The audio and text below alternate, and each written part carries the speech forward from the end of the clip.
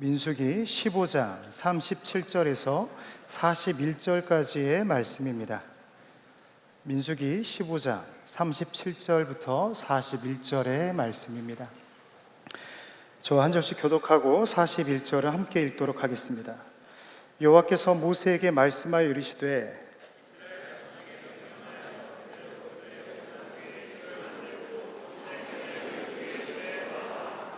이 술은 너희가 보고 여호와의 모든 계명을 기억하여 준행하고 너희를 방종하게 하는 자신의 마음과 눈의 욕심을 따라 음행하지 않게 하기 위함이라.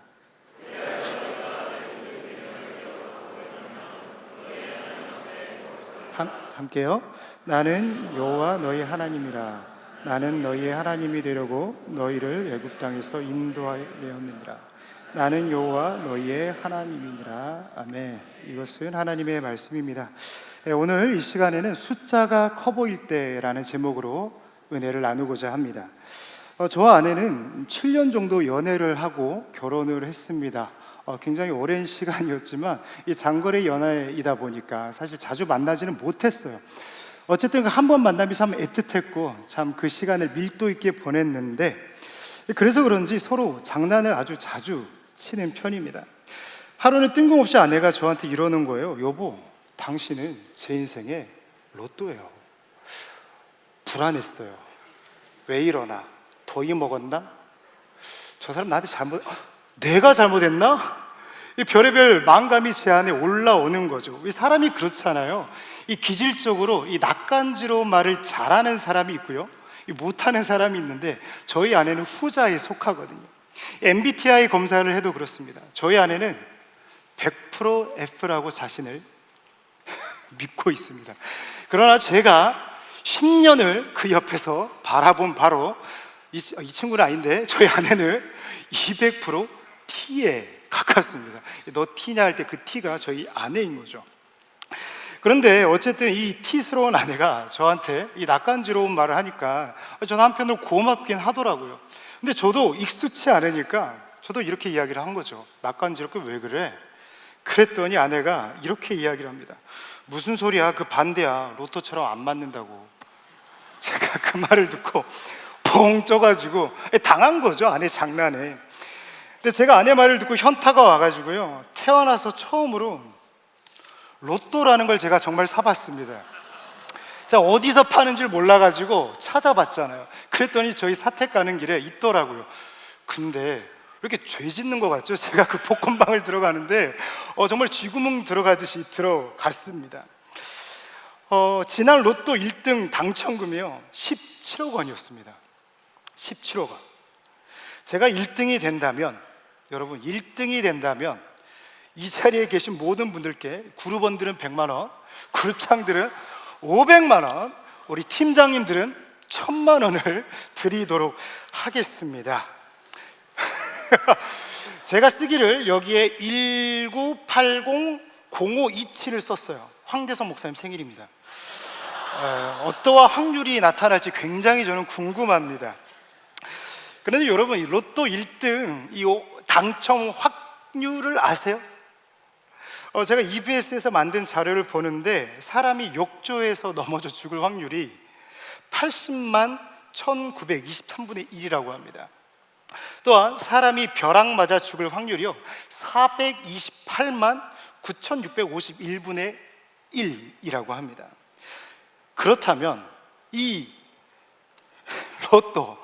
로또의 1등에 당첨될 확률은 어떻게 되느냐? EBS가 별걸 다 조사했어요.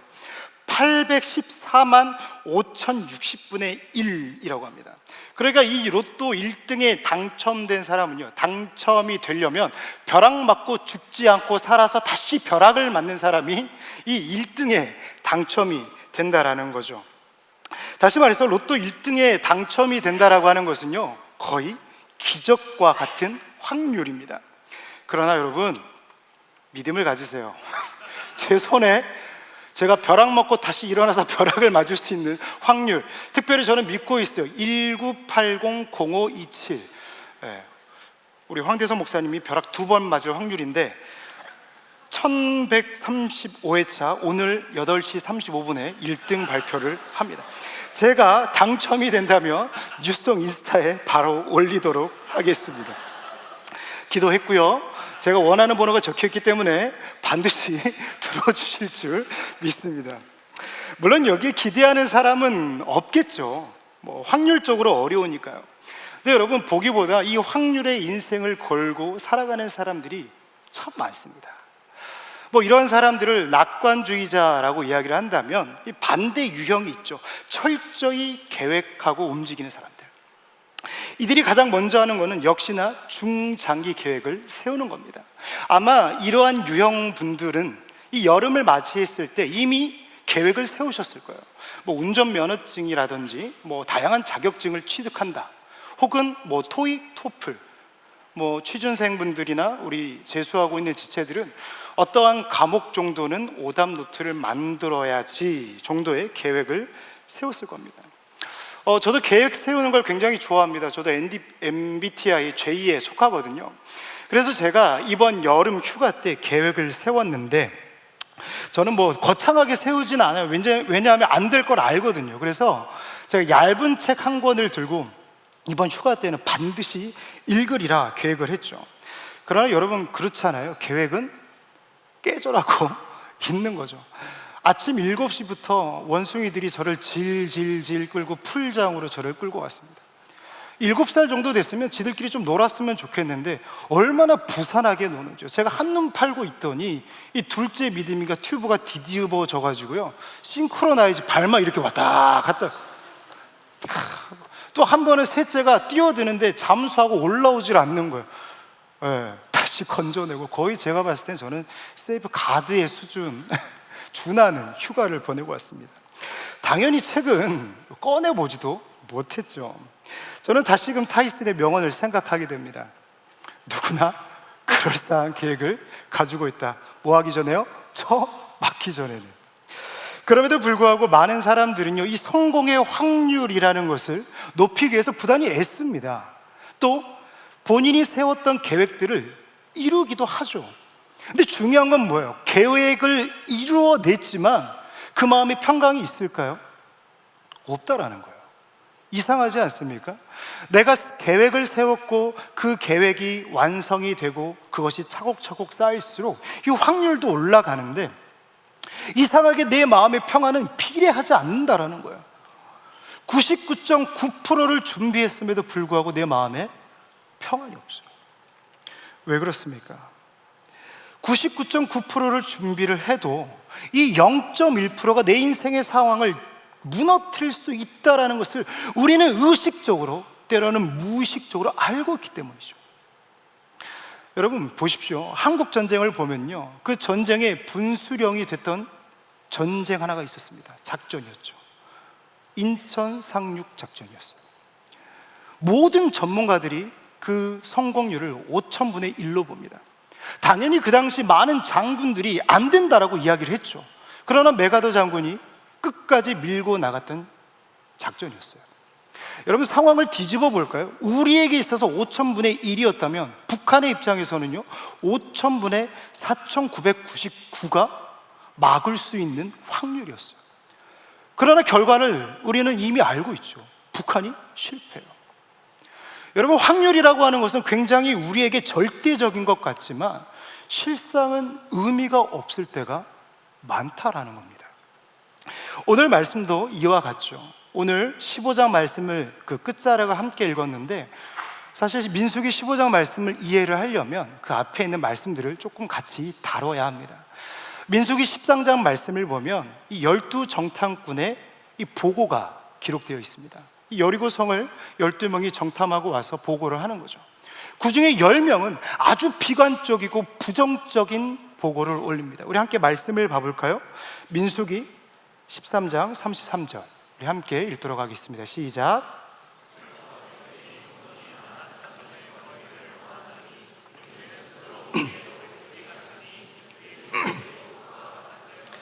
아멘. 스스로를 보기에 뭐라고 말했다고요? 메뚜기 같으니, 메뚜기 같게 여겼다라는 거예요. 그런데 이 모든 것은요, 사실 역사적인 자료를 봤을 때 사실이에요. 이 아낙 자손, 이 여리고 성을 지키고 있었던 그 사람들의 후손, 이 자손은 아낙 자손이라고 불리는데, 그 아낙 자손은 역사적으로도 기골이 장대했고 굉장히 잔인하고 포악한 민족으로 기록되어 있습니다. 다시 말해서 그들이 보고한 모든 내용들은요, 거짓됨이 없었고 아주 객관적인 보고였다라는 겁니다. 또 그들이 쳐들어가려고 했던 이 여리고 성은요, 난공불락의 요새였어요. 단 한 번도 무너진 적이 없었다라는 것이죠. 그래서 14장 1절 말씀을 보면요, 그들이 어떻게 반응합니까? 우리 함께 읽어볼까요? 14장 1절입니다. 시작. 온 회중이 소리를 높여 부르짖으며 백성이 밤새도록 통곡하였더라. 정탐꾼의 이야기에 이스라엘 백성 모두가 눈 녹듯이 마음이 녹아버렸어요. 왜요? 아무리 생각해도 이 전쟁에서 승리할 확률이 높아요? 낮아요? 낮은 거예요. 아무리 견적을 비교해도 우리가 이길 수 있는 확률이 낮으니까 그들의 마음이 녹아버린 거죠. 그런데 중요한 건 뭐예요? 그들의 보고가 틀리지 않았다라는 거예요. 팩트였다라는 것이죠. 여러분, 그렇다면 여러분들이 인생에 이 세상과 싸워서, 아니, 성공할 수 있는 확률은 몇 프로이십니까? 스스로 한번 생각해 보세요. 여러분들이 성공할 수 있는 확률은 몇 프로 정도 된다고 생각하세요? 70%? 80%? 100%? 아마 원하는 대학, 원하는 직장, 뭐 이 외에도 여러분들이 원하는 그 무언가, 그 확률은 결코 높지 않을 겁니다. 제가 대학부 지체들과 여러 상담을 해보면요, 다들 불안해 하거든요. 근데 제가 참 재밌는 걸 발견했는데 너무 잘하고 있어요. 많은 자격증을 가지고 있고 영어 점수도 굉장히 높아요. 근데 불안해해요. 왜? 확률이 주는 덫이죠. 확률이 가지고 있는 모순이다라는 거예요. 열심히 공부하고 연습하지만 때로는 성장이 보이지 않을 때도 있습니다. 회사 생활에 열정을 가지고 올인하고 있지만 성과가 보일 기미가 보이지 않을 때가 있다라는 것이죠. 참 재미있는 건요, 아직 결과가 나오지 않았는데 이미 우리는 실패자예요. 낙심 가운데 나오지 못하고 있다라는 겁니다.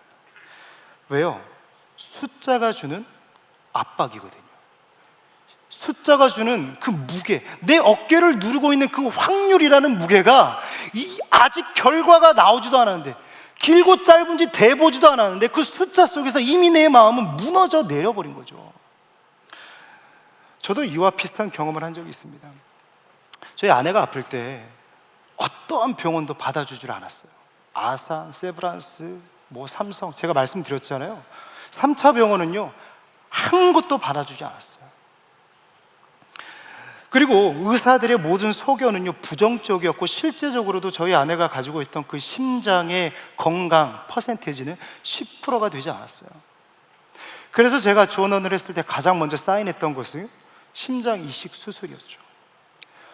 아울러서 심장이 회복될 확률, 그 확률도요, 높지 않았어요.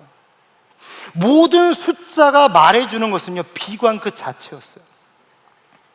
조금도 틈이 보이지 않았다라는 것이죠. 그런데 만약 제가 그 확률에 모든 것을 포기해버렸다면 저는 오늘 이 자리에 서 있을 수 없었을 것입니다. 아내와 하는 소소한 그 장난도 나누지 못했겠죠. 여러분, 확률은 그런 거예요. 절대적인 것 같지만 결코 그 확률이 여러분들의 인생을 흔들어 놓지 못한다라는 거예요. 할렐루야. 여러분, 확률에 흔들린다는 것은 무엇을 말하는지 아세요? 내가 확률을 믿고 있다는 것을 이야기한 겁니다. 확률이 내 삶 가운데 힘을 실어주고 있는 것이 아니라 내가 그 확률에 힘을 실어주고 있다는 것이죠. 여러분, 그런 거 아닙니까? 왜 흔들려요? 왜 내 마음이 곤두박질 쳐요? 그 확률에 내가 신뢰함을 가지고 있기 때문에, 그 확률을 내가 믿고 있기 때문에 내 마음이 곤두박질 치는 것이죠.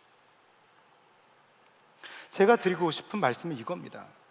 인생을 확률에 걸지 말고 하나님께 거십시오.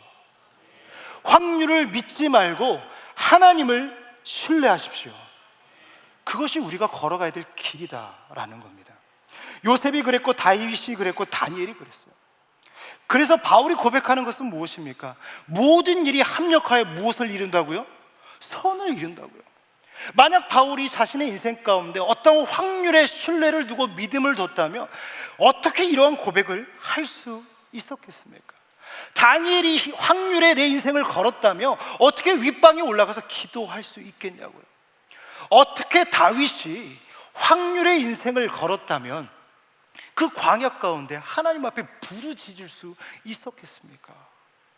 그들은 확률을 믿는 것이 아니라 하나님을 믿었기 때문입니다. 여러분, 하나님은 어떠한 분이십니까? 광야에 길을 내시는 분이시고요, 사막에 강을 내시는 분이십니다. 무에서 유를 창조하시는 전능하신 하나님이신 줄 믿으시기 바랍니다. 여러분, 그것이 우리가 믿는 하나님이시라고요. 왜 우리가 이 확률을 넘어서는 하나님을 바라볼 수 있습니까? 하나님은 길을 찾으시는 분이 아니시라고 제가 말씀을 드렸잖아요. 웨이메이커세요. 우리는 확률을 바라보면서 어느 길이 넓고 좋을까, 어느 길을 택했을 때 내 인생의 확률이 높아질까를 고민하지만 하나님은 우리가 보지 못한 길을 이미 열어놓고 기다리시는 분이신 줄 믿으시기 바랍니다. 그래서 우리는요, 인생의 숫자가 커 보일 때 세 가지를 점검하고 다시 세워가야 하는데, 먼저는 숫자가 커 보일 때 우리는 과감히 멈춰야 합니다. 다시 말씀드립니다. 내 인생의 숫자가 커 보일 때 우리는 과감히 멈춰야 합니다. 다들 스타벅스를 자주 가실 텐데요, 제가 봤을 때 서울의 교회 다음으로 많은 것이 스타벅스가 아닐까 생각을 해봅니다. 여러분, 저희 고향도요, 스타벅스가 무려 8개나 있습니다. 그만큼 이 한국 안에 스타벅스가 굉장히 많은 매장을 두고 있다는 건데, 이 스타벅스가 큰 어려움을 겪었던 적이 있습니다. 2007년도인데 당시 주가가 43% 폭락했고요, 당연히 모든 매출은 곤두박질 쳤죠. 이 다급한 가운데 많은 경영진들이 은퇴했던 하워드 슐츠를 다시 부릅니다. 그리고 하워드가 가장 먼저 했던 것은 무엇이냐면, 새로운 전략에 대한 도전이 아니라 성과주의에 대한 멈춤이었습니다. 성과주의에 대한 멈춤이었습니다. 자세히 말하면 당장 눈앞에 보이는 숫자에 흔들리지 않겠다라는 것이죠. 그 중에 하나가 무엇이었냐면 점포를 늘리는 것을 멈춥니다. 아니, 이미 만들어진 점포 중에 7,100개를 접어요. 후퇴하는 것처럼 보이죠. 여러분, 결과적으로 어떻게 됐을까요? 더 떨어졌어요. 하루아침에 70억이 증발했고요, 주가는 73%가 폭락합니다. 이 사태를 바라본 모든 이사들은요, 이구동성으로 슐츠를, 하워드를 압박하기 시작해요. 더 이상 그만해라, 너가 멈춰라 라고 이야기하는 거예요. 그러나 하워드 슐츠는요, 끝까지 성과주의에 대한 멈춤을 고수합니다. 그리고 필요한 부분들을 내실을 다지기 시작하죠. 그리고 그가 택했던 멈춤은요, 결국 선순환의 시작을 일으키기 시작합니다. 2년이 지나 2009년부터 반등하기 시작하는데요, 2014년에 약 20조의 이익을 만들어냅니다. 여러분, 이 반등은 어디서부터 시작했습니까?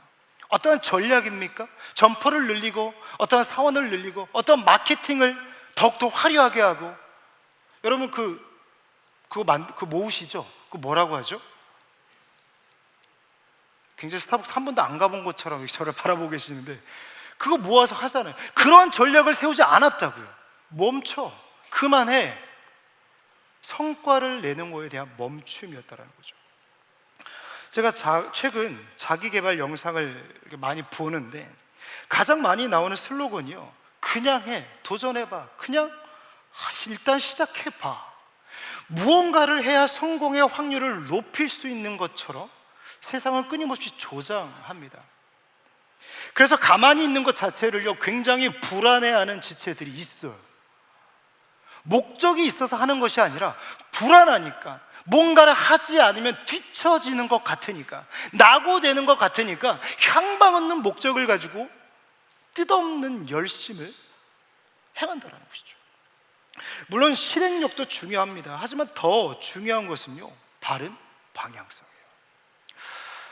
함께 사역하는 목사님 중에 어렸을 때 야구를 배우신 분이 있었어요. 근데 그분이 설교 가운데 이런 얘기를 하더라고요.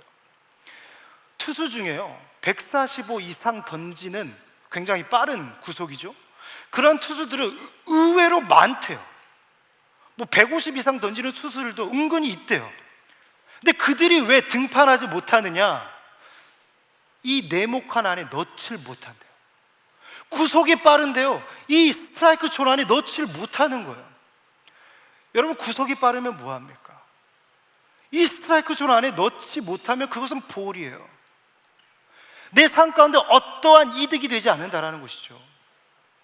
여러분, 어쩌면 우리가 노력하고 애쓰고 수고하는 것들이 구속은 높은데 이 네모칸 안에 들어가지 못하는 공이 아닌지 우리는 생각해 봐야 됩니다.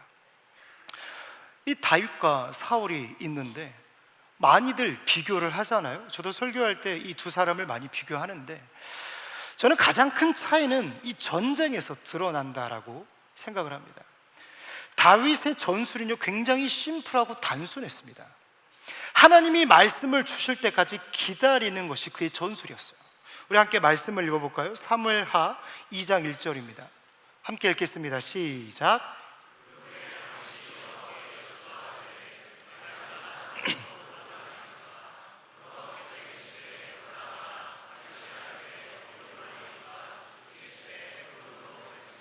우리 이어서 읽겠습니다. 사무엘하 5장 19절 시작. 다윗이 여호와께 여쭈어 이르되 내가 블레셋 사람에게로 올라가리이까 여호와께서 그들을 내 손에 넘기시겠나이까 하니 여호와께서 다윗에게 말씀하시되 올라가라, 내가 반드시 블레셋 사람을 내 손에 넘기리라 하신지라. 아멘. 다윗의 셈법은 무엇입니까? 다윗이 세웠던 전략은 뭐예요? 묻고 답을 기다리는 거예요. 그는 섣불리 움직이지 않습니다. 반면에 사울은요, 기다리질 못하고 하나님의 뜻이 떨어지지 않았는데 본인이 움직여요. 여러분, 다윗이 이 행하는 기다림이라고 하는 것은요, 정말 쉽지 않아요. 전쟁은 기세입니다. 타이밍을 놓치면요, 그 기회는요, 두 번 다시 돌아오지 않아요. 그런데 다윗은요, 기다려요. 여러분, 세상 일도 마찬가지 아닙니까? 세상 사람들이 뭐라고 이야기해요? 물 들어올 때 뭐 저으라고요? 노 저으라고 이야기하잖아요. 인생의 기회를 놓치면 안 된다라는 거예요. 여러분, 그런데 성경은요, 반대로 이야기해요. 물 들어올 때 노를 저으라가 아니라 하나님이 말씀하실 때까지 기다리라 라고 이야기합니다. 세상의 자기개발 컨텐츠는요, 무언가를 하라고, 도전하라고, 시작하라고 끊임없이 어떤 행동을 조장하지만 다윗이 만난 하나님, 그 하나님께서 우리에게 말씀하시는 것은 기다리다, 기다리라, 기다림을 말씀하고 계시다라는 것이죠. 여러분, 기다리는 것이 쉽습니까? 저는 결코 쉽지 않다라고 생각합니다. 모든 기회가 있을 때 전쟁은 반드시 승기를 잡아야 하는 거죠. 다윗도 전술가고요, 전략가였어요. 최고의 장군이었어요. 딱 보니까요, 판이 보이는 거죠. 그런데 기다리는 거요? 쉽지 않아요. 우리 인생의 성공의 기회도 그렇지 않습니까? 저 자리에 들어가야 되는데 예배가 걸리고 하나님 앞에 서운했던 것들이 걸리는 거예요. 우리는 타협하고 싶어요. 왜? 기회니까. 그런데 주님이 기다리라고 말씀하실 때 우리는 기다려야 합니다. 하나님의 말씀을 받을 때까지 멈춰야 한다는 것이죠. 그래서 멈춤은요, 겉으로는 정지되어 있는 것 같으나 그 안에는 얼마나 치열한 영적인 전투가 있는지 몰라요. 여러분 다 경험해 보셨잖아요. 이 시간 이 예배를 지키는 것이 쉬우세요? 어려우실 거예요. 이 시간 수능을 준비하는 지체들은요, 치열함의 한 부분일 거예요. 수능이 얼마 남지 않았거든요. 경찰 준비하고 소방 준비하고 공무원 준비하고 기업 준비하는 지체들 쉽지 않아요. 오늘 출근하고 이 자리에 나온 지체들 쉽지 않아요. 쉬고 싶은 마음이 분명히 있을 겁니다. 많은 사람들과 관계 맺는 거 포기하셔야 해요. 그런데 그 사람 중에 내 길을 열어줄 사람도 있다라는 거예요. 근데 주님은요, 멈추라라고 말씀하십니다. 여러분, 예배는요, 하나님의 말씀입니다. 이것은 기도로 하나님과 물을 것이 아니라는 것이죠. 하나님이 오늘 우리에게 말씀을, 예배를 정하셨다면, 정해주셨다면 그것은 이미 우리는 이 시간에 응답을 받은 줄 저는 믿습니다. 그래서 우리는 이 시간이 치열한 거예요. 그러나 그 치열한 가운데 하나님께서 선을 보여주실 줄 저는 믿습니다. 오늘 말씀도 마찬가지예요. 그들이 겪은 실패는요, 부족함이 아닙니다. 뭔가를 안 해서가 아니에요. 그 반대죠. 멈춰야 할 때 멈추지 않았기 때문입니다. 주님께서는요, 가나안 족속에게 다가가지 말라라고 말씀하셨어요. 쳐들어가지 말라라고, 멈춰라고 말씀하셨다라는 거예요. 그러나 그들은 어떻게 합니까? 무시하고 쳐들어가요. 당연히 패했죠. 그들은 호르마까지 후퇴합니다. 여러분, 하나님이 멈추라고 하실 때 듣는 귀가 열려있는 여러분들 되시기를 축복합니다. 두 번째, 숫자가 커 보일 때 우리는 기본으로 돌아가야 합니다. 기본으로 돌아가야 합니다. 여기 박지성 선수를 모르는 분들은 없을 것 같은데요, 지금의 레전드가 손흥민이라면 10년 전의 레전드는 박지성 선수였죠. 저는 그가 아직도 그 11년도의 챔피언스 리그 8강에서 이 첼시, 그 당시 첼시가 드록바, 램파드, 에이시아 정말 탁월한 선수들로 짜여진 이 황금 라인업이었거든요. 근데 그 팀과 싸워서요, 박지성이 대단한 활약을 합니다. 모든 곡을 다 흡입해서 뺏어가지고요, 태클하면 다 걸리는 거예요. 여러분, 그랬던 박지성 선수도요, 인생의 슬럼프를 피해가지 못했습니다. 그가 2002 월드컵을 마치고 이 히딩크 감독과 함께 이 네덜란드 리그로 넘어가는데, 근데 네덜란드 리그를 시작할 때 부상을 입고 시작을 해요. 여러분, 부상을 당하니까 이 실력이 안 나오죠. 공을 잡으면 야유를 받기 시작해요. 그리고 공이 박지성 선수를 떠나잖아요. 야유가 그쳐요. 근데 중요한 것은 누가 야유를 했냐라는 거죠. 홈팬들이 했어요. 나를 응원해주고 나를 믿고 함께 뛰어줄 그 12번째 선수들이 나를 향해 야유를 퍼붓기 시작합니다. 그래서 그는요, 5달 동안 단 8경기밖에 나서질 못하고요, 함께 뛰었던 그 팀 주장이었던 이 반본멜 선수도 쟤 왜 데려왔냐고, 쟤 누구냐고 무시하기 시작합니다.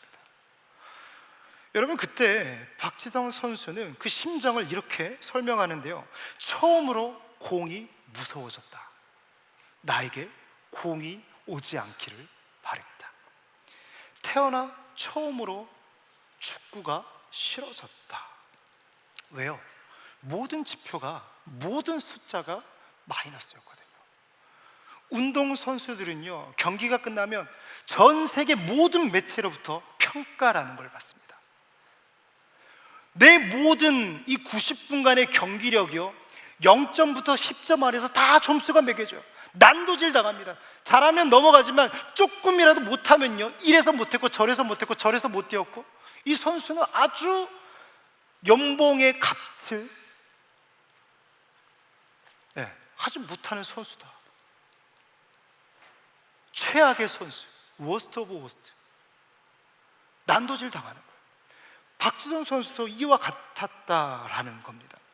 지역 신문과 홈팬들과 함께하는 모든 동료들이 너 끝났어 라고 이야기를 하는 거죠.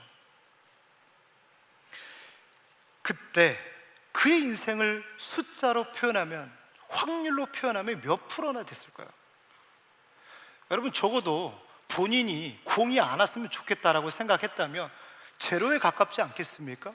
태어나서 축구가 처음으로 싫어졌대요. 여러분, 그럴 때 있잖아요. 내가 전공하고 내가 좋아서 택했던 그 길, 실용음악일 수도 있고 성악일 수도 있고 어떤 악기일 수도 있고 또 내 모든 달란트일 수도 있죠. 그런데 그 모든 것들이 싫어지는 그 순간은요, 제로예요. 이 길로 내가 어떻게 걸어가지? 길의 끝이 보이지 않는 것이죠. 그는 선택해야만 했습니다. 확률에 수긍하며 일본으로 돌아갈 것이냐, 확률에 맞서 도전을 이어갈 것이냐. 그는 고심 끝에 잔류하기를 결심합니다. 야유는 더 거세졌고요, 심적 부담은 더 늘어갔습니다. 그런데 그때 박지선 선수가 어디서부터 다시 출발을 했냐면 달리기와 패스에서부터 시작했어요. 1m, 2m, 3m, 4m, 5m 그 패스를 처음부터 다시 시작하는 거예요. 그리고 5m 패스가 들어가면요, 야 잘했다, 박지성 너 오늘 너무 잘했다. 기본으로 돌아가서 다시금 쌓아가기 시작합니다. 그리고 박지성 선수는 모든 매체들이 프레임으로 가졌던 이 제로라는 확률을 깨고 맨체스터 유나이티드라는 명문 구단에 들어가죠. 여러분, 세상은 우리를 향하여 끊임없이 확률이라는 프레임을 쌓을 것입니다. 너는 몇 프로고 너는 몇 점이고 너는 이번에 플레이는 몇 점이야. 끊임없이 이 확률이라는 프레임 가운데 여러분들을 집어넣으려고 할 것입니다. 여러분, 그 확률에 맞서십시오. 믿음을 가지고 돌파하시기를 축복합니다. 우리는 그 확률의 프레임 속에 쌓일 때 기억해야 돼요. 기본으로 돌아가야 된다는 것이죠. 오늘 본문 말씀도 마찬가지입니다. 전쟁에서 피한 이스라엘 백성에게 주신 말씀이 오늘 15장 말씀인데요, 그런데 이 내용을 보면요 조금 생뚱맞아요. 13장 내용이 이 12정탐꾼의 부정적인 보고였고 14장 말씀은 이 전쟁에서 패한 이스라엘 백성을 이야기하고 있습니다. 이 스토리가 이어가요. 근데 갑자기 15장 말씀은 뭐냐면 제사와 안식일, 이 율법에 대해서 이야기를 하는 거죠. 어쩌면 13장, 14장, 16장으로 넘어가야 이 스토리가 쭉 이어져요. 근데 갑자기 15장은요 없던 내용을 삽입한 것처럼 느껴져요. 왜? 스토리가 갑자기 뚝 끊기니까. 뜬금없이 율법을 말씀하시는 하나님의 의도는 무엇일까요? 저는 이거라고 생각합니다. 그들은요 전쟁에 실패한 이유, 진 이유는요 숫자와 전략에 있다라고 착각했어요. 하나님은 그 착각을 보시고 아셨던 거예요. 그리고 주님께서는 다시금 기본으로 돌아가라고 말씀하십니다. 여러분, 제사와 율법, 제사와 안식일법, 가장 기본 중에 기본 아닙니까? 이스라엘 백성이 출애굽했을 때 시내산에서 주님이 주신 가장 기본적인 것들 아니었겠습니까? 그들은 딴 곳에서 답을 찾았어요. 하지만 주님은 니들의 기본기가 무너졌다라고 말씀하고 계십니다. 여러분, 신앙의 기본기는요 마치 무용지용처럼 느껴집니다. 이스라엘 백성도 그랬으니까요. 그냥 법이에요. 지켜야 되는 것이죠. 그것이 내 삶에 어떠한 득이 되고 마이너스가 될 거라고 그들은 조금도 생각하지 않았어요. 그런데 주님께서는 말씀하시는 거죠. 여러분, 다윗에게 있어서 가장 중요한 것은 주님을 향한 자신의 정의였어요. 주님은 나의 산성이시오, 요새시오, 방패시오, 피할 바이시오. 왜요? 그가 그렇게 고백한 이유는 무엇이었습니까?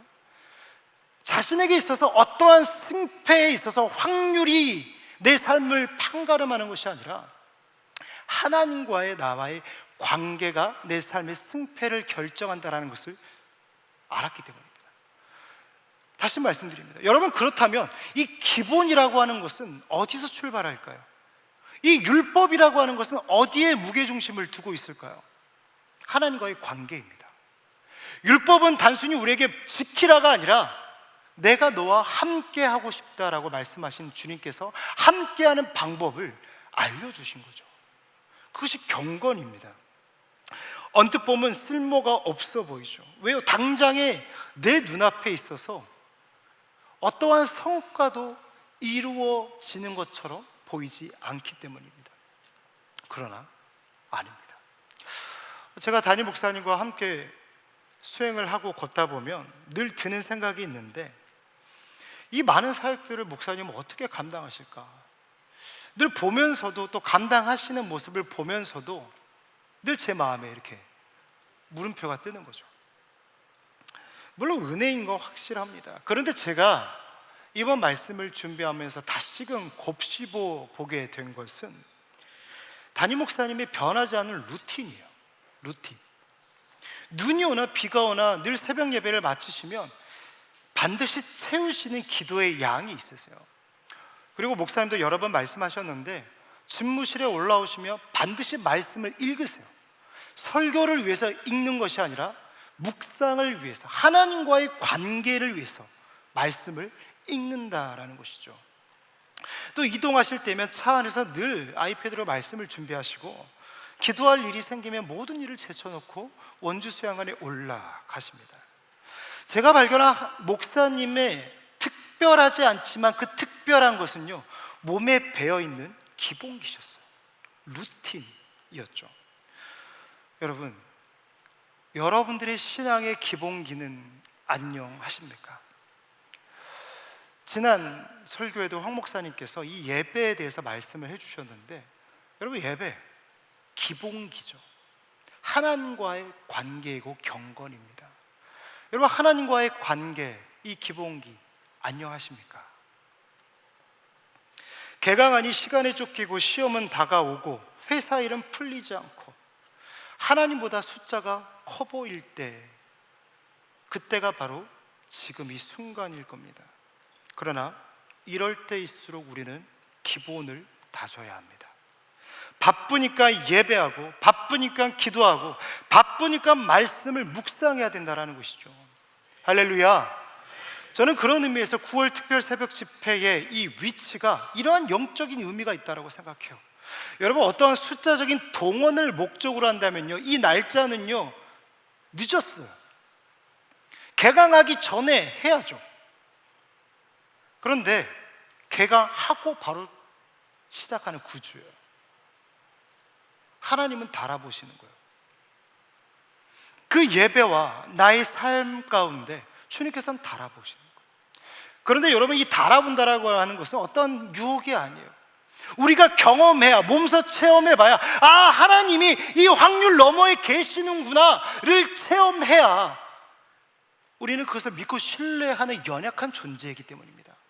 여러분, 9월 특별 새벽 집회가 단순히 은혜를 넘어서 그 하나님의 능력을 체험하는 시간 되시기를 축복합니다. 마지막으로는요, 반복은 곧 능력입니다. 제가 인스타를 보는데요, 우연히 한 지체가 올린 담임 목사님 그 설교 짧은 영상을 보게 됐습니다. 제목이 밝고 멀리 가는 빛이었는데요, 그때 목사님께서 던진 화두가 공동체의 영성이 어떻게 하면 개인의 영성을 유지할 수 있는가. 다시 말씀드릴게요. 공동체의 영성의 영향력이 사라졌을 때 오늘의 신앙을 어떻게 유지할 수 있는가. 그러면서 개인의 영성을 키워야 한다라고 말씀을 해주셨는데, 여러분, 개인의 영성은 다른 말로 하면 경건 생활이죠. 그 설교의 결론은 이거였어요. 경건 생활이 내 삶의 빛, 곧 능력이 되려면 결국 반복해야 합니다. 반복해야 합니다. 예배를 반복해야 되고, 기도를 반복해야 되고, 말씀 묵상을 반복해야 그것이, 그 경건이 내 삶의 능력이 된다라는 것을 비로소 체험하게 된다라는 것이죠. 그런데 반복이 쉬운가요? 이 역시도 무용지용이죠. 언뜻 보기에는 경건 생활은요, 별것 아닌 것 같아요. 내 삶의 당장에 어떠한 성과를 이뤄내지 못해요. 여러분, 돈 내면 그 한 시간마다 그 시급대로 하나님이 돈 주십니까? 그런 하나님 아니시잖아요. 여러분, 기도하면 하나님이요, 어떠한 삶의 당장에 더함을 주세요? 그럴 때도 있지만 보통 그러지 않으세요. 이 신앙이라고 하는 것, 이 경건이라고 하는 것은요, 당장의 내 삶에 어떠한 득이 되지 않을 때가 훨씬 많아요. 특별히 이 단순한 반복이라고 하는 것은요, 굉장히 따분하죠. 제가 작년에 교회 집사님이 운영하는 이 탁구장에 가서 2달 동안 탁구를 배웠습니다. 첫날 관장님께서, 이제 우리 교회 권사님인데 몸을 좀 풀라고 이 랠리를 좀 하라고 저한테 이야기를 하시더라고요. 제가 이래봬도 나름 이 동네 탁구에서 주름을 잡았던 사람이거든요. 근데 저에게 랠리로 붙여주신 분은요, 제가 봤을 때 한 70 가까이 되신, 키도 작고요, 몸도 왜소해 보이는 권사님이셨어요. 굉장히 자존심이 무너졌습니다. 이 집사님이 저를 뭐로 보시나. 근데 우리 권사님은 늘 우리 교회 권사님의 그 특징이 있습니다. 늘 겸손하죠. 목사님 제가 잘 못 치는데 좀 잘 받아주세요. 그래서 저는 당연히 그럼요 권사님 저도 잘 못 쳐요. 정말 빛바랜 그 겸손을 제가 흉내를 냈죠. 그리고 제가 랠리를 시작했는데 순우리말로 개발렸습니다. 탈탈 털렸어요. 결과는 처참했고요. 저는 그 공을 전혀 받지 못했습니다. 제가 물어봤죠. 이 권사님 도대체 뭐냐고, 왜 이러냐고, 이분의 공이 왜 보이지 않는 거냐고. 그랬더니 수년간, 단연간 레슨을 받아온 실력자였습니다. 저는요, 저의 수준을 통감하고 겸손한 마음으로 탁구 공을 던져주는 기계 앞에 섰습니다. 사람 앞에 서지도 못해요. 저는 실력이 안 되니까요. 그런데 2달 동안 배우는데 이 포인트만 계속 시키는 거예요. 저는 커트도 하고 싶고요, 드라이브도 하고 싶고요, 뭔가 경기를 하고 싶은데 하지 말래요. 그냥 기계 앞에 서래요. 의심이 되죠. 빼먹을 게 없어서 목사의 돈을 빼먹나? 은근히 레슨비가 있습니다. 물론 할인을 받았지만. 그러던 중 우리 관장님이 담임 목사님 포인트 레슨 하는 것을 보는데요, 다들 아시겠지만 담임 목사님이 농구보다 잘하시는 게 탁구세요. 그런데 그날 레슨을 받는 담임 목사님의 모습 속에서 저는 상체와 하체가 분리되는 것을 보았습니다.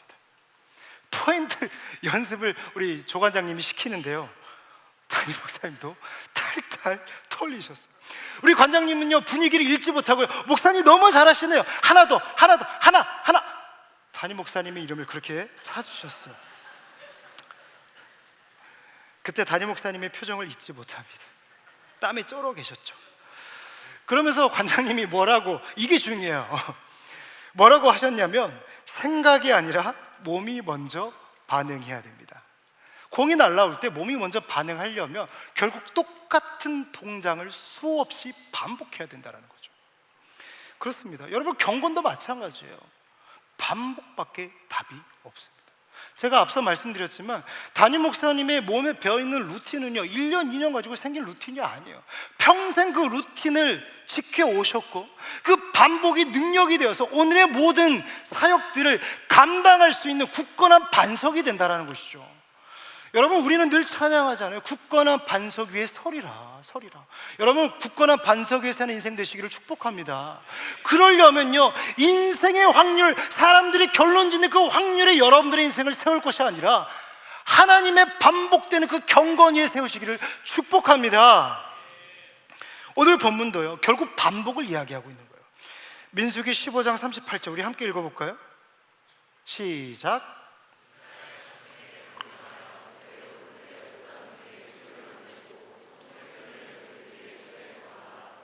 주님께서는 옷단 귀에 술을 만들라고 말씀하시는데요, PPT 사진 한번 보여주시겠습니까? 이 말씀하는 옷단 귀에 술이라는 것이 이런 겁니다. 유대인들은 이 술을 만들어서 하나님을 기억하며 반복해서 하나님을 섬겼습니다. 우리 39절 말씀을 보면 자세히 알 수가 있는데요, 우리 함께 읽겠습니다. 39절 시작. 이 술은 너희가 보고 여호와의 모든 계명을 기억하며 준행하고 너희를 방종하게 하는 자신의 마음과 눈의 욕심을 따라 음행하지 않게 하기 위함이라. 하나님이 이 술을 만들라라고 말씀하신 이유는 한 가지예요. 모든 계명을 뭐하라고요? 기억하여. 또 뭐하라고요? 준행하라. 기억하여 지키라. 반복하라 라는 말씀을 주님은 하시는 겁니다. 여러분, 그럴 때 뭐라고 주님은 말씀하세요? 우리 삶이 방종하지 않게 된다는 것이죠. 수련의 말씀 가운데 담임 목사님께서 묵시라는 단어를 쓰셨잖아요. 이 묵시라고 하는 것은 하나님의 말씀입니다. 하나님의 말씀이 내 안에 없으면요, 향방 없는 삶을 살 수밖에 없는 거예요. 목적을 잃어버린 갈치자를 걷는 인생을 살 수밖에 없다는 것이죠. 그래서 주님께서는 말씀하시는 거예요. 하나님의 말씀을 기억하고 준행하라. 반복. 여러분, 그 반복은 능력으로 반드시 여러분의 삶을 이끌어갈 줄 믿습니다. 야신이라 불리는 사람이 있죠. 야구의 신, 김성근 감독입니다. 그는 타자로 훈련시킬 때요, 배트를 500번, 약 1000번까지도 휘두르게 한다라고 합니다. 그러면요, 팔이 너덜너덜해진대요. 때로는 그것 때문에 이 혹사 논란도 있었던 감독이었어요. 그런데 그 감독은요, 그렇게 훈련을 시키는 자기만의 운동 철학이 있었어요. 내 팔이 너덜너덜해져야, 너덜너덜해진 그 순간에서야 비로소 하체를 쓰기 시작하기 때문입니다. 여러분, 하체를 쓰지 못하면요, 공을 치는데 컨택 능력도 떨어지고요, 장타율 역시도 떨어집니다. 공을 던지는 것도 마찬가지고요, 모든 운동들은 하체로부터 비롯됩니다. 여러분, 배드민턴, 탁구 다 상체로 하는 것 같잖아요. 여러분, 제대로 배우면요, 하체에서부터 시작합니다. 여러분, 경건이라고 하는 것은 그래요. 화려함이 없어요. 여러분, 탁구를 치는데 하체로 치는 것 같아요? 우리 손으로 치잖아요. 발로 치는 사람 없잖아요. 모든 것은 우리의 시선은요, 손에 다 가 있어요. 그런데 그 능력은 하체에서부터 시작한다는 것이죠. 여러분, 말씀과 기도, 예배의 능력을 믿으십니까? 그럼에도 불구하고 우리 안에 작은 의심이 있다면 그것은 경건의 능력이 있어서가 아니라 참된 경건의 능력을 우리가 경험해 보지 못했기 때문입니다.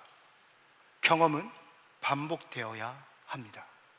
오늘 한 번 잘 드렸다고 해서 끝나면 안 된다라는 것이죠. 그 예배는 이어져야 하고 꾸준함을 가져야 합니다. 여러분, 반복은 지루하고 때로는 고통스럽죠. 당장의 성장이 보이지 않기 때문입니다.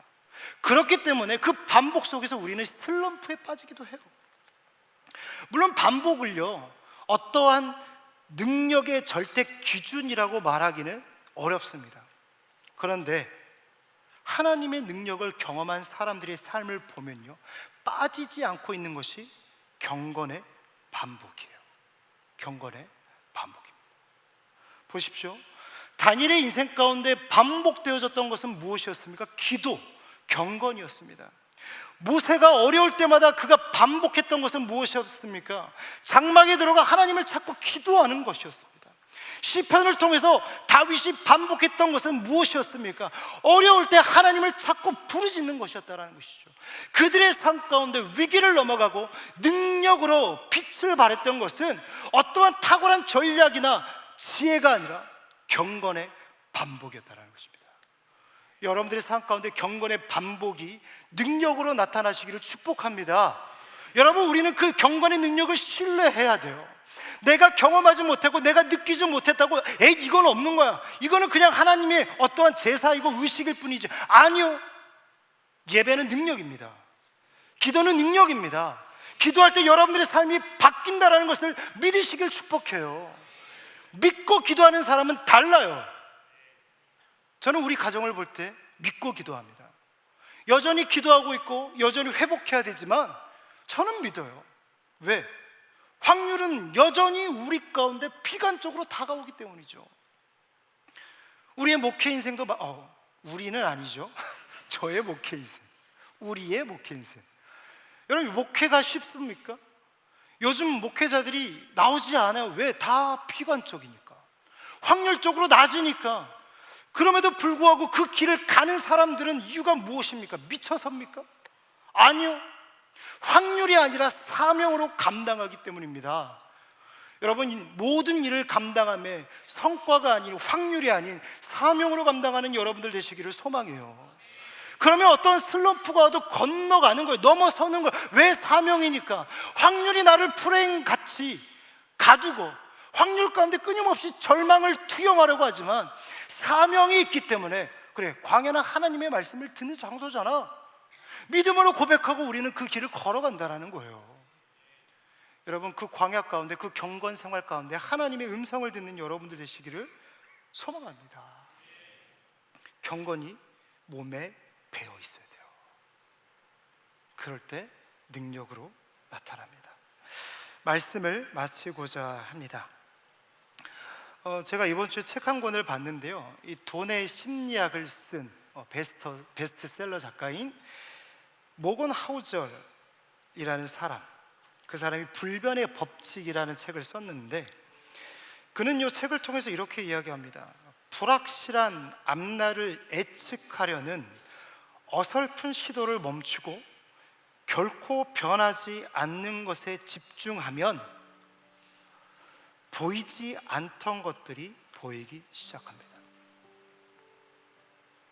불확실한 앞날을 예측하려는 어설픈 시도를 멈추라라고 이야기합니다. 이와 비슷한 말을 한 사람이 있는데요, 아마존 창업자인 제프 베이조스입니다. 한 기자가 그에게 이렇게 질문해요. 앞으로 10년 동안 무엇이 변할 것 같으세요? 그는 그의 질문 앞에 이렇게 대답을 합니다. 당신의 질문은 잘못되었습니다. 중요한 것은 바뀌는 것이 아니라 바뀌지 않는 불변하는 법칙을 우리는 쫓아가야 합니다 라고 이야기를 하죠. 저는 두 사람이 신앙이 있는지 없는지는 잘 모릅니다. 하지만 굉장히 통찰력 있는 사고라고 생각해요. 세상은요, 우리에게 늘 이야기하잖아요. 변화에 뭐 해야 된다고요? 민감해야 된다라고 이야기합니다. 민감하게 반응해서 그 트렌드를 쫓아가야 된다. 읽을 수 있는 눈을 가져야 된다라고 이야기를 하죠. 그래서 매해 연말이 되고 연시가 되면 2024, 2025 앞으로도 계속 나올 겁니다. 여러분, 그래서 그것들이 우리의 삶을 바꿉니까? 육각형인가, 완벽주의, 도파민 중독, 여러분, 그러한 추세와 그런 트렌드가 여러분들의 삶 가운데 어떠한 플러스의 요소를 주냐라는 거예요. 여러분, 우리는 변하는 흐름에 민감하게 반응할 것이 아니라 변하지 않는 하나님께 인생을 걸어야 됩니다. 하나님은요, 나를 믿으라 라고 말씀하세요. 이 시간 여러분들에게 나를 좀 믿어달라라고 말씀하세요. 오늘 말씀의 결론인데요, 우리 41절 같이 읽어볼까요? 41절. 네, 오늘 본문 41절 말씀입니다. 시작. 나는 여호와 너희 하나님이라. 나는 너희의 하나님이 되려고 너희를 애굽 땅에서 인도해 내었느니라. 나는 여호와 너희의 하나님이니라. 아멘. 여러분, 이 말씀을 읽을 때 어떠한 마음이 드세요? 저는요, 하나님의 애통함이 느껴져요. 애절함이 느껴져요. 우리를 향한 그 짙은 호소가 느껴져요. 하나님 말씀하시잖아요. 나는 여호와 하나님인데 나는 너희의 하나님이 되려고 너희들을 애굽에서 끌어냈어. 나는 너희의 여호와 하나님이에요. 여러분, 이 짧은 한 구절에 너희의 하나님, 너희의 하나님, 너희의 하나님 3번이나 반복하고 있어요. 여러분, 하나님을 수식할 말이 얼마나 많습니까? 당신께서 자신을 소개할 말이 얼마나 많겠냐고요. 세상도의 수많은 스펙을 가지고 자신을 치장하려고 합니다. 그런데 주님은요, 너무나도 단순해요. 전능한 자, 무소부재한 자, 대단한 능력을 가진 자로 소개하지 않아요. 너희의 하나님, 너희의 하나님이 되고 싶어서 내가 너를 여기까지 인도했어. 주님이 바라시는 건 한 가지입니다. 내가 너와 함께하고 싶다. 여러분, 그 증거가 무엇입니까? 십자가입니다. 주님은요, 우리에게 모든 것을 던지셨어요.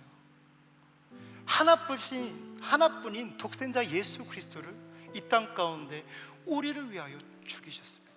우리를 얻으려고, 우리의 하나님이 되시려고 당신의 사랑하는 독생자 예수 그리스도를 죽이셨습니다. 여러분, 그런 인생에 어떻게 실패가 있습니까? 잠시 실패하는 것처럼 보이겠죠. 하지만 주님은 결코 우리를 포기하신 적이 단 한 번도 없습니다. 왜? 우리는 피값으로 주님이 사신 인생이기 때문이죠. 여러분들의 인생은 세상이 결코 판단할 수 없습니다. 평가할 수 없고요. 여러분들은 세상이 프레임 가운데 집어넣으려고 하지만 결코 들어갈 수 없는 귀한 인생인 줄 믿으시기 바랍니다. 왜? 우리의 인생의 점수는요, 확률은요, 예수 그리스도의 십자가 사건이 취소될 확률과 똑같기 때문입니다. 여러분, 십자가 사건이 어떻게 취소돼요? 그건 99.9%가 아니라 100%의 취소될 확률은 없다라는 거예요. 고로 우리의 인생은 무너질 수 없다라는 것이죠. 여러분, 무너지는 이유는 단 한 가지예요. 세상이 말하는 확률을 내가 믿고 있기 때문입니다. 그것에만 몰입하고 있고 집중하고 있고 그것이 전부인 것처럼 살아가기 때문에 하나님이 보이지 않는 거예요. 그래서 여러분들에게 도전합니다. 숫자가 커 보일 때 멈추십시오.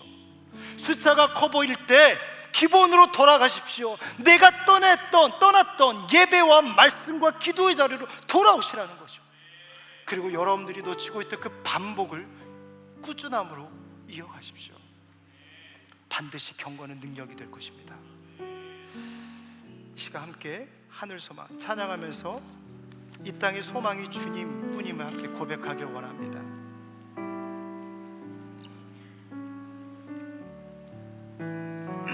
함께 고백합니다. 나 비록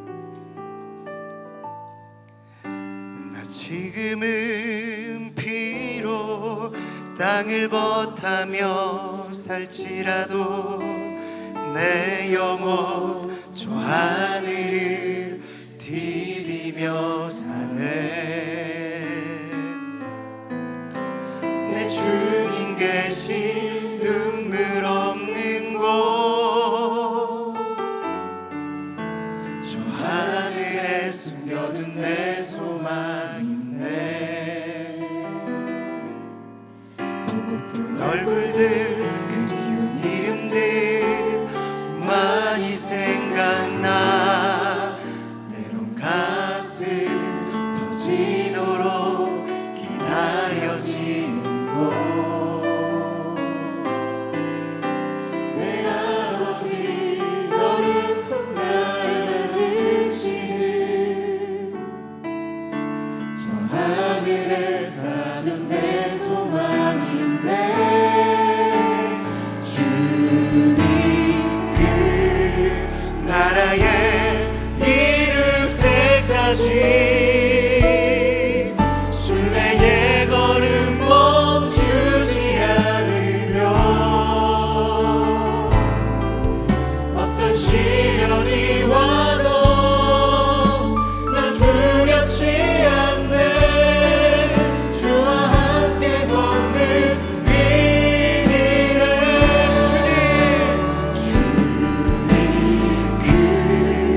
나라에 이를 때까지 순례의 걸음 멈추지 않으며 어떤 시련이 와도 나 두렵지 않네. 주와 함께 걷는 이 우리 함께 고백합니다. 주의 그 나라에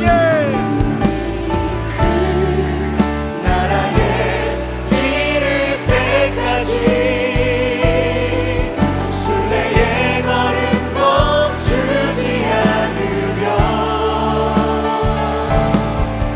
어떤 시련이 와도 난 두렵지 않네. 주와 함께 걷는 우리 모두 자리에서 일어나서 고백합니다. 주님 그 나라에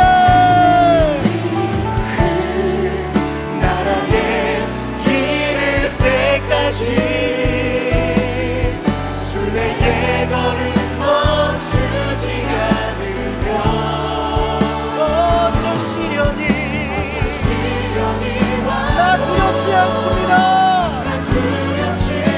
세상의 병상에 휘둘리지 않습니다. 우리 한 번 더 나를 사랑하신 주님께 나라에 이를 때까지 순례의 걸음 멈추지 않으며 하나님 이것이 우리의 믿음의 고백입니다. 어떤 시련이 와도 나 두렵지 않네. 주와 함께 우리 마지막으로 주님 앞에 견단하며 고백합니다. 나라에 이를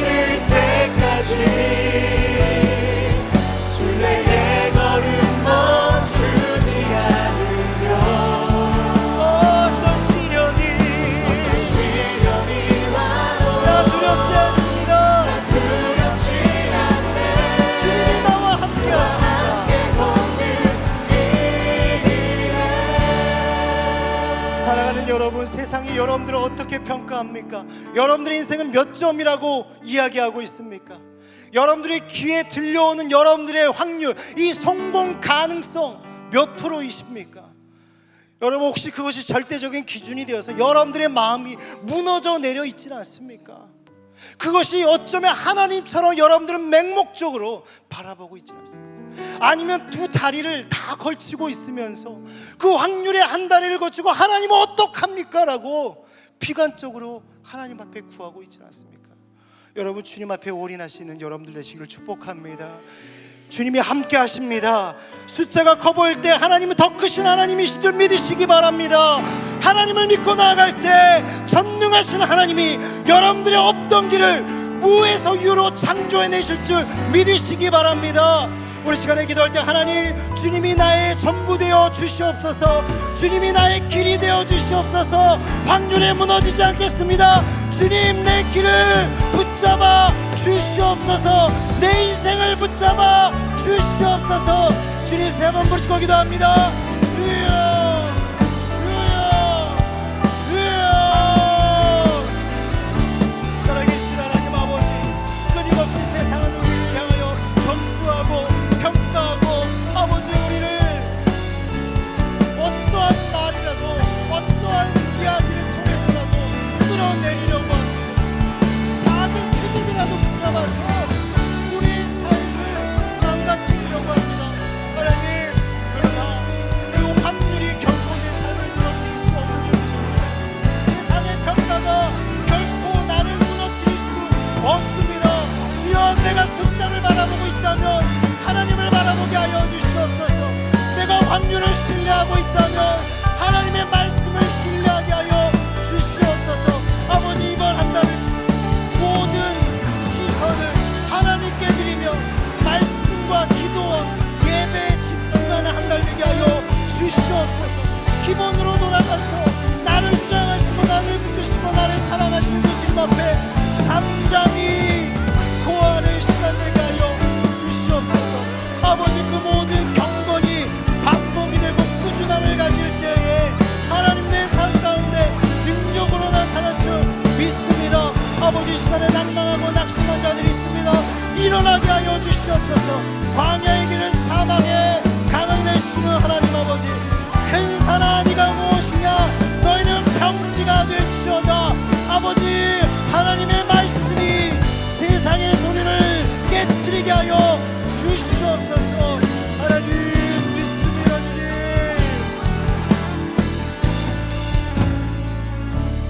우리 아무도 기도할 때 9월 특별 새벽 집회를 위해서 함께 기도하기 원합니다.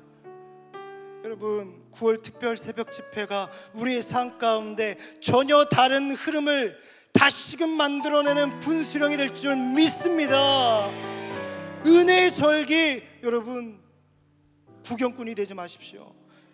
그 지성소까지 나아가서 참된 예배자로 예배하는 여러분들 되시기를 축복해요. 반드시 능력이 나타날 것입니다. 하나님이 여러분들에게 주시는 특별한 말씀이 있을 줄 저는 믿어요. 여러분, 그럼 예배자로 그 예배를 함께 해야 됩니다. 모든 순간을 돌파해서 나아가셔야 됩니다. 하나님, 내게 은혜 주십시오. 나에게 주실 그 특별한 메시지를 내가 놓치지 않게 하여 주십시오. 특별히 함께 기도할 때 말씀 전하신 우리 올로 목사님, 능력의 장중에 붙잡아 주시고 권능으로 함께하여 주시옵소서. 하나님, 일주일 동안 진행되는 특세를 통하여 우리 교회가 다시금 하나님 앞에 서게 하여 주시옵소서. 애굽에서 가나안까지 나아가는 그 젖과 꿀이 흐르는 땅으로 나아가는 시간 되게 하여 주시옵소서. 우리 주님 4번 부리고 기도합니다. 주여, 주여, 주여. 살아계신 하나님 아버지, 은혜의 절기 구경꾼이 되지 않기 원합니다. 가장 중심에 들어가 지성소에서 예배하며 하나님의 임재 가운데 하나님의 그 경이로움을 찬양하기 원합니다. 하나님, 내게 하나님의 음성을 들려 주시옵소서. 9월 특별 새벽 집회를 통하여서 내게 말씀하여 주시옵소서. 향방 없는 걸음에서 둯대 있는 걸음이 되게 하여 주시고, 무너진 내 삶에서 다시 일어남이 있는 인생 되게 하여 주시옵소서. 주시옵소서. 주님의 나라 이룰 때까지 이 순례의 걸음을 멈추지 않도록 어떤 시련이 와도 두려움 가운데 넘어지지 않을 수 있는 그 믿음, 그 능력, 우리 9월 특별 새벽 집회를 통하여 우리에게 더하여 주시옵소서. 주시옵소서. 하나님, 애굽에서 가나안까지 가는 확률이 몇 프로나 됩니까? 아버지, 블레셋을 지나 아말렉 족속을 지나 그 광야를 뚫고 가나안까지 갈 수 있는 확률은요, 하나님 0%입니다. 그러나 하나님이 함께 하실 때 그 제로에서 100%라는 창조가 일어나는 줄 믿습니다. 아버지, 광야 가운데 살아가는 지체들이 이 9월 특세를 통하여 반등하는, 반전하는 은혜를 경험하게 하여 주시옵소서. 제로에서 100이 되는 은혜가 있게 하여 주시옵소서. 주님 믿습니다.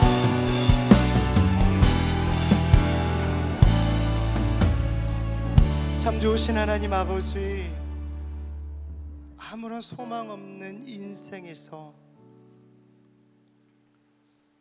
하나님의 선하심을 창조하여 주시니 감사합니다. 하나님, 이 얼마나 귀한 은혜입니까? 그 선하심은 단순히 나의 성품을 말하는 것이 아니라 하나님의 능력이 됨인 줄 믿습니다. 그 하나님의 선하심을 이 땅 가운데 밝히는 존재들이 되게 하여 주시옵소서. 필요하다면 만 가지의 은혜를 더하여 주시고 능력을 부어 주시옵소서.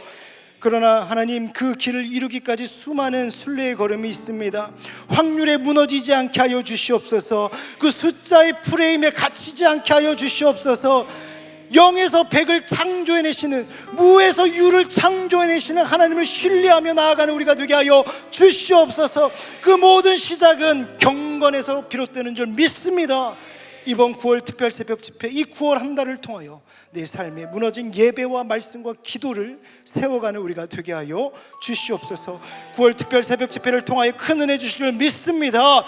말씀 전하신 원로 목사님 함께 해주시고 또 함께 중보하신 우리 담임 목사님 능력으로 붙잡아 주시옵소서. 온 성도가 그 광야의 지경에서 조금도 가능성이란 보이지 않는 그 0%에서 가나안의 100%로 나가는 은혜가 있게 하여 주시옵소서. 감사드리며 살아계신 예수님의 이름으로 기도드리옵나이다. 아멘.